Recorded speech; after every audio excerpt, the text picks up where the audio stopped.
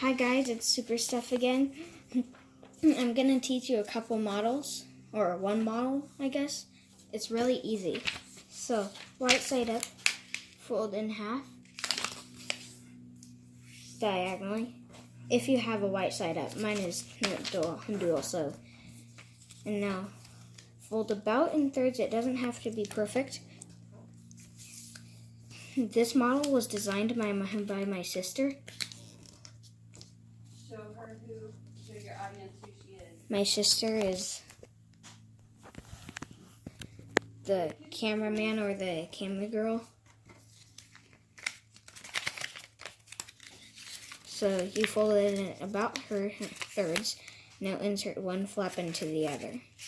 Let's do it the other way around. Now fold this flap down, fold this flap down,